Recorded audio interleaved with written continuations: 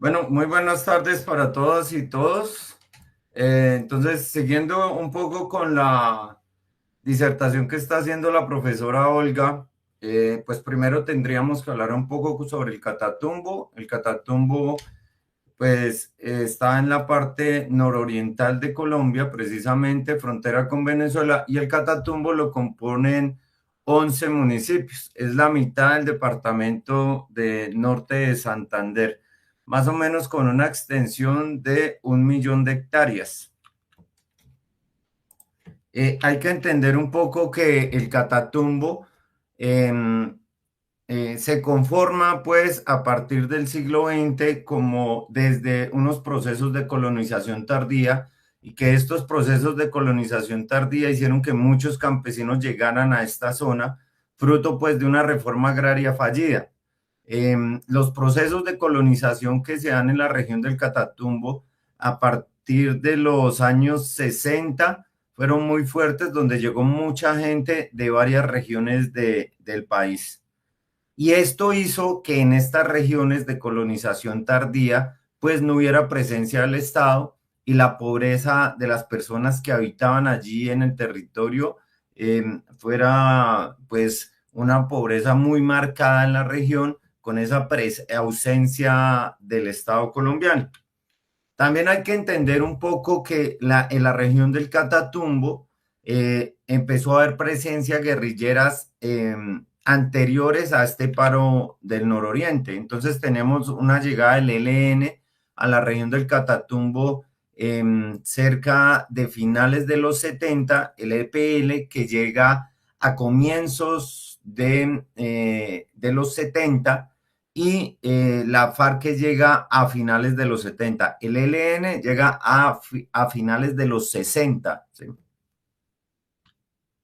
Y pues, digamos, desde este marco, uno empieza a entender cómo este paro nororiental de 1987 tuvo una fuerza muy, muy grande en todo lo que fue la región del Catatumbo. Y en concreto, como ya lo mencionaba la profesora Olga, se va a centrar en Tibú y en Ocaña. La concentración más grande que hubo fue en la ciudad de Ocaña. Y esto, pues, todas estas movilizaciones previas que hubo antes del paro del 87 ya dejaban ver en los titulares de periódicos nacionales como El Tiempo, ¿sí? Cómo, digamos, estos paros generaban un cierto temor al gobierno central. Entonces, ¿qué ocurrió en lo que fue la región del Catatumbo? Pues a comienzos de junio, más o menos se mueven, algunos mencionan 6.000 personas, otros mencionan cerca de 20.000 personas, y se va a hacer una movilización muy grande de los municipios que conforman ese Catatumbo. Va a haber una movilización coordinada sobre todo por las juntas de acción comunal que están en los territorios, debido a que las juntas de acción comunal, en esa ausencia del Estado, pues eran las autoridades de la región, ¿sí? Y esas juntas de acción comunal pues llevan a cabo procesos organizativos y va a haber una gran movilización de las personas que están en la región del Catatumbo. Entonces, el Catatumbo, digamos, no es un territorio homogéneo. El Catatumbo se divide en tres Catatumbos, un Catatumbo alto, un Catatumbo medio y un Catatumbo bajo. En el Catatumbo bajo, que es la zona del Tarra y Tibú, sobre todo la zona de Tibú, pues va a haber una concentración. Pero lo que es Catatumbo medio y Catatumbo alto se va a concentrar sobre todo en la ciudad de Ocaña, con presencia también de lo que en ese momento era un corregimiento, como el corregimiento de El Tarra. Lo mismo, hablar de Tibú, en ese momento, Tibú era un corregimiento de la ciudad de Cúcuta. Entonces hay una gran movilización en la ciudad de Ocaña, llegan camiones, no, digamos, no sin problemas. Lo que hemos encontrado un poco y lo que nos narran es que muchos campesinos y campesinas que venían en las caravanas desde los municipios del Catatumbo fueron detenidos por retenes que estaban dispuestos antes de ingresar a la ciudad de Ocaña, retenes del ejército donde en primera instancia se empezó a requisar persona por persona y se empezó a requisar camiones. Pues esto generó, digamos, una molestia por parte de los organizadores del paro, los organizadores que estaban en las zonas rurales de las juntas de acción comunal. Eh, para la organización que tuvo que ver con la toma de Ocaña, pues digamos que sobre todo el Frente Popular y a luchar estaban haciendo la coordinación logística para recibir a las campesinas y a los campesinos. De esta manera, pues digamos que los miembros de Aluchar y el Frente Popular se dirigen a donde están los retenes del ejército y junto con las juntas de acción comunal, los presidentes de juntas de acción comunal, pues logran hacer pues una interlocución con los miembros del ejército para poder llegar a la ciudad de Ocaña, pues porque ya los ánimos estaban caldeados y la gente pues no resistía más estar pues en los caminos sin poder avanzar hacia la ciudad de Ocaña, obviamente digamos para expresar sus inconformismos, como ya lo dije antes, con un territorio que venía de unos procesos de colonización tardía, donde habían unas carencias sustanciales de la presencia del Estado, de la presencia de infraestructura básica, ¿sí? Eh, para ese tiempo y pues que hoy todavía continúa en la región del Catatumbo. Entonces, a luchar sobre todo, en lo que hemos indagado, es a luchar el que toma el papel protagónico de este paro nororiental que se toma la ciudad de Ocaña y es a luchar el que empieza a hacer unos procesos de ubicación de la gente que llega a la ciudad de Ocaña. Sí, es una gran cantidad de campesinos que llegan. El Frente Popular también colabora en la parte logística y se toman los parques principales de la ciudad de Ocaña, algunas instituciones educativas como el Colegio Miguel Antonio Caro y algunas sedes que fueron abiertas como las sedes de todo lo que tenía que ver con Invías, donde habían sindicatos y habían personas que pertenecían a el Frente Popular y a luchar.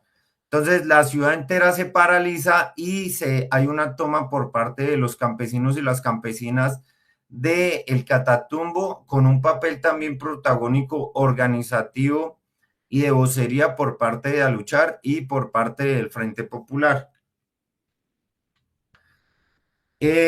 Digamos que la represión frente a estos 8 días que dura el paro fue bastante dura. Si bien, digamos, no hubo muertos, sí lo que hubo fue una siembra de terror, sobre todo en la sede del sindicato de profesores del norte de Santander, ASINORT, ¿sí? Es como la Asociación de los Sindicatos del Norte de Santander, donde también está el sindicato de profesores FECODE, y desde allí a luchar tenía su principal sede coordinando y ordenando todo lo que tenía que ver con la toma de la ciudad. Lo que hubo en Ocaña fue que en esos días se acusa a la guerrilla de volar las torres de energía de Ocaña, pero pues digamos que eso es falso porque lo que hay es que son interrupciones de energía intermitentes en horas de la noche que iban acompañadas con patrullas del ejército a las sedes donde estaban los líderes campesinos y a las sedes de Asinor. Fueron 8 días de este paro, donde también periódicos como El Tiempo titulaban en sus páginas centrales, Jornada de terror en Barranca y Ocaña, ¿sí? Incomunicado Ocaña con el resto del país, arde Ocaña. Eran, digamos, un poco las impresiones que se daban frente a este paro nororiental. Fueron 8 días de paro y finalmente, después de la movilización, se logra, se logra, se logra llegar a la negociación con la presencia del gobernador, de los alcaldes, de personal, digamos, que pertenecía a instituciones públicas del Estado y pues se logra, digamos, generar, digamos, un acta de cumplimiento donde se firman las peticiones de la mayoría de los municipios como Ábrego, La Playa, El Carmen, Teorama, San Calixto, Acarí. Básicamente, digamos, lo que se pedía era salud e infraestructura en temas de carreteras, alcantarillados, acueductos, vías terciarias, y pues esto fue firmado el 13 de junio de 1987 por varias personas que eran delegadas de los municipios y pues que tristemente después de estas negociaciones, la mayoría de las personas que firman las actas para este acuerdo del paro en Nororiente fueron asesinados, sobre todo las personas que estaban en zonas rurales. Y en lo que tiene que ver con Frente Popular y a luchar, pues hubo un proceso de persecución, de estigmatización, de falsos positivos judiciales, lo que hizo que muchos miembros de a luchar y muchos miembros de Frente Popular tuvieran que abandonar la ciudad. Y tristemente esto empieza con la muerte de un profesor, Hernando Sanguino, que fue asesinado en septiembre de 1989, era miembro de Aluchar, es asesinado y desde allí va a empezar una guerra en la ciudad de Ocaña, tras la muerte del profesor Sanguino, tras la muerte de muchos de los firmantes del paro del 87, pues las guerrillas del ELN y el EPL empiezan a asesinar también varios comerciantes acusados de pertenecer a un grupo paramilitar que se crea en la ciudad de Ocaña, también asesinando a un representante a la Cámara de la ciudad de Ocaña en retaliación por la muerte principalmente del profesor Sanguino, pero también de la mayoría de los firmantes de las